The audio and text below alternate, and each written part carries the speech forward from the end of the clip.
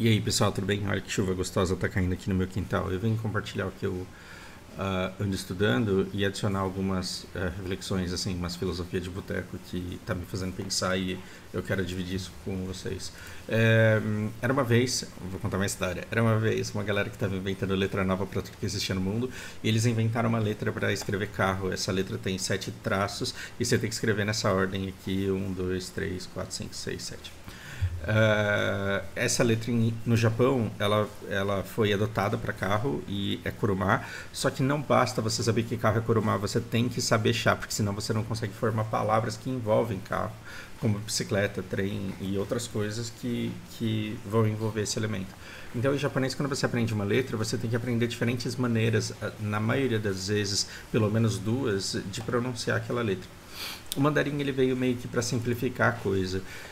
Então eles olharam para essa letra e falaram: tá muito difícil de escrever isso daqui com 7 traços, vamos simplificar. E aí fizeram uma de 4 traços: 1, 2, 3, 4, que significa basicamente a mesma coisa. Então carro em japonês é, 車、e em chinês é. 車、Ahn, e carro e trem para japonês é um carro elétrico. Olha que interessante, porque carro elétrico aqui no Nordeste é outra coisa.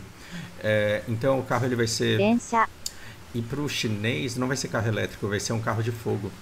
火車、Ah, o metrô ele não é um carro, ele é outra coisa. Então o chinês ele vai dizer que é aço terra, né? Então é o kanji de terra e o kanji de ferro, aliás, não é aço.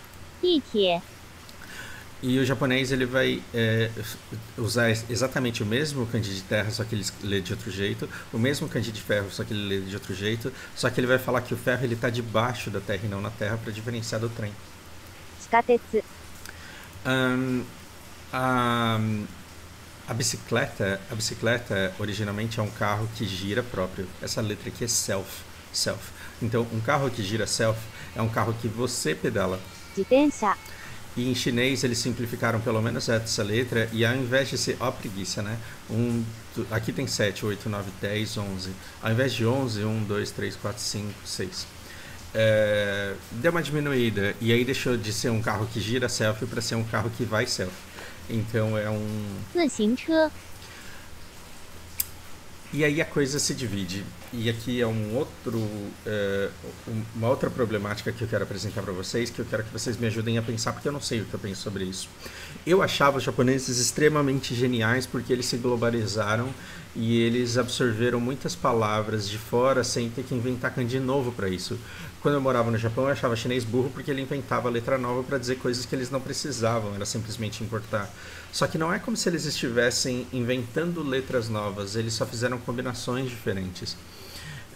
Então não existe outra maneira de dizer ônibus em japonês que não seja バス、porque eles estavam em contato com os britânicos e não com os americanos, então eles não falavam bus, eles falavam bus.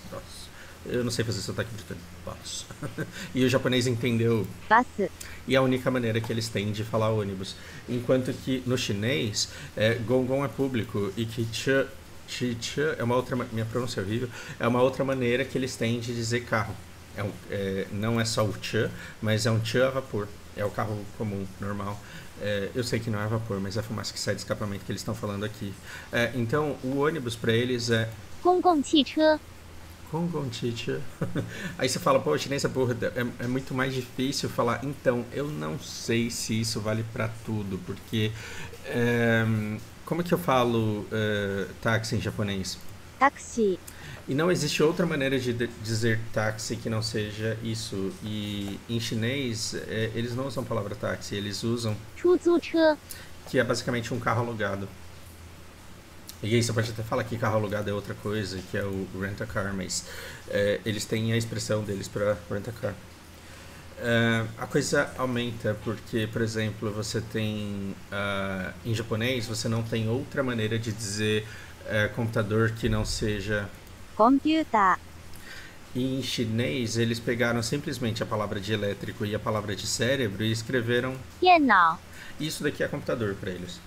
E aí você dá risada e fala, pô, mas o computador não é um cérebro elétrico. Sim, mas ao mesmo tempo que eu achava que os japoneses eram muito mais práticos e que para eles isso era muito melhor, agora eu paro para pensar que os japoneses aqui eles perderam a leitura dinâmica. Porque chinês faz leitura dinâmica, porque quando ele bate o olho nisso daqui, ele já enxerga um metrô, enquanto a gente ainda está juntando consoantes com vogais e sílabas com sílabas para formar uma palavra que às vezes é muito parecida com alguma outra coisa que a gente não está vendo. Então, eles não têm outra maneira de dizer internet. Então, vamos trocar aqui. E o japonês ele não tem outra maneira de dizer internet que não seja. インターネット、 E o chinês ele tem. 互联網、 E eu não sei o que é pior. Para escrever, muito mais. Mas hoje em dia, escrevendo com o telefone, isso daqui é muito rapidinho e faz com que o japonês ele não tem uma coisa que eu odeio na nossa vida corporativa, que é o seu chefe chegar e falar bom dia, folks. Eu trouxe aqui um briefing para share com vocês meu mindset e também tem um demand aqui top-down e eu acho isso burro. Eu acho isso burro e eu acho uma tentativa de demonstrar valor simbólico em coisa que não precisa e eu acho que isso é o uso da língua para separar pessoas ao invés de uni-las. E antigamente eu achava que internet era completamente democrático, só que hoje eu vejo que falar 電子郵件、 ele é mais democrático do que falar e-mail e você não tem outra maneira de dizer e-mail que não seja falar E メール、 e tá tudo bem. Isso daqui são escolhas e as pessoas elas estão se comunicando da mesma forma. O chinês ele não tem tempo na vida para falar, 電子郵件、 então ele vai falar só Yojian, porque afinal de contas ninguém manda carta hoje em dia, ou então vai falar Dianyo.